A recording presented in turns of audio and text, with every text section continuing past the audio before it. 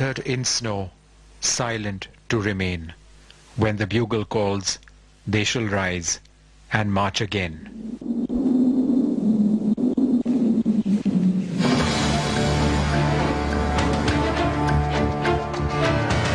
In 1987, elite commandos of Pakistan's Special Services Group, the SSG, established a post on the Saltoro Ridge overlooking Indian defences on the Bilafonla Pass, a gateway to the Ladakh region. They called it Kaith Post. Today it's called Bana Post, after this man, Bana Singh. On the 26th of June 1987, Bana and 4 of his men scaled up Kaith Post, and in the brutal hand-to-hand fighting that followed, they killed 5 Pakistani commandos and took the post. Getting there had meant scaling vertical cliffs in biting sub-zero temperatures, fighting with weapons jammed by ice, and dodging bullets from an extremely well-entrenched enemy. Bana Singh was awarded the Paramveer Chakra for successfully accomplishing what many would have considered a mission with a one-way ticket. वहाँ पर तो through out the year जो है snowfall होता रहता है, -45 degree है, आने जाने का कोई साधन नहीं होता है, जो भी वस्तु वगैरह भेजी जाती हैं, ड्रॉपिंग होता है चंडीगढ़ से सियाचिन ग्लेशियर। अगर पोस्टों पर भी जाना है तो कुछ एक्लेमेंटेशन किया जाता है। मोस्टली क्या होता है कि जो भी फौज में ड्यूटी दी जाती है उसके उपलक्ष्य में जो भी मिलते हैं वो कौन जाने वाले ऊपर वाले हैं, इसका फैसला देने वाले वो सभी ऊपर वाले हैं। This is the world's highest, coldest and most inhospitable battle zone. Numbers alone can hardly explain just how extreme it is in Siachen. For almost 2 decades, the armies of India and Pakistan have fought at altitudes of over 22,000 feet in -60-degree temperatures along a glacier sometimes referred to as the Third Pole.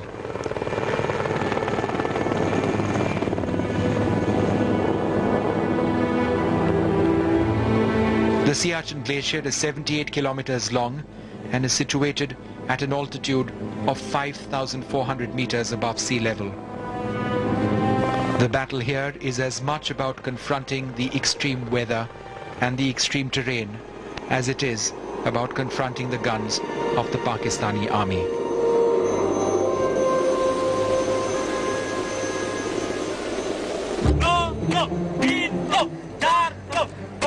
The mountaineering skills of Indian and Pakistani soldiers fighting here, their endurance levels and survival training is unmatched anywhere else in the world.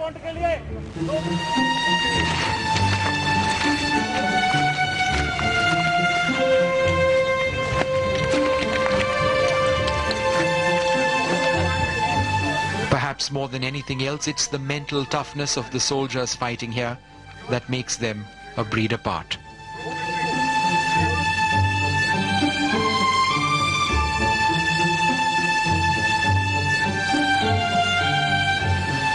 Colonel Narendra Kumar is one of the most extraordinary mountaineers India has ever produced. In addition to scaling the Kanchenjunga, one of the toughest climbs imaginable, the colonel was the first man in the world to cross the Siachen Glacier from its snout to its source. He's also skied down many of the passes on the glacier, passes such as Bilafonla and the Saltoro, passes which the Indian Army occupies. No one knows the glacier like Narendra Kumar does. There are fissures, there are crevasses, and there are thousands of them. And sometimes they are covered with snow, and when it thaws, it becomes warm, and that hole gives way and people just go in. And some of them are about 100 feet deep. You have to pass through avalanche-prone sites, and many casualties take place in that. Now, avalanche is one thing you can never predict. With all this scientific, technological advance we had, nobody can say for certain that avalanche will not come here. Sometimes it's totally wiped out. It's as bad as blackout. You cannot see, from left hand cannot see the right hand. And as they say that, every human being has one foot shorter than the other, you keep on going in circles and circles and circles and all that. The oxygen content in the air at that level is 50% of content you have at sea level. The first time when I went, and we were told that once we establish the base camp and have a DZ, our paradrop will come, because we didn't have enough food and we didn't have enough porters to carry the food. And we had smoke candles going, the big ones, and looking towards the sky, and the plane came, AN-12, it circled around and circled around, and then we saw the parachutes opening up, and one by one, the things are coming. People are dreaming of chocolates, they're dreaming of whiskey, and all the stores which is authorized to us coming down.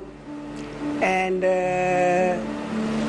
when we came down, they found this is nothing else but hay, packed bales, hay. All the hay bales came. And I'm known as Bull in the mountaineering circles. And my 2IC called the intelligence officer and said, our security is very weak. How does the enemy know that Bull is leading the expedition?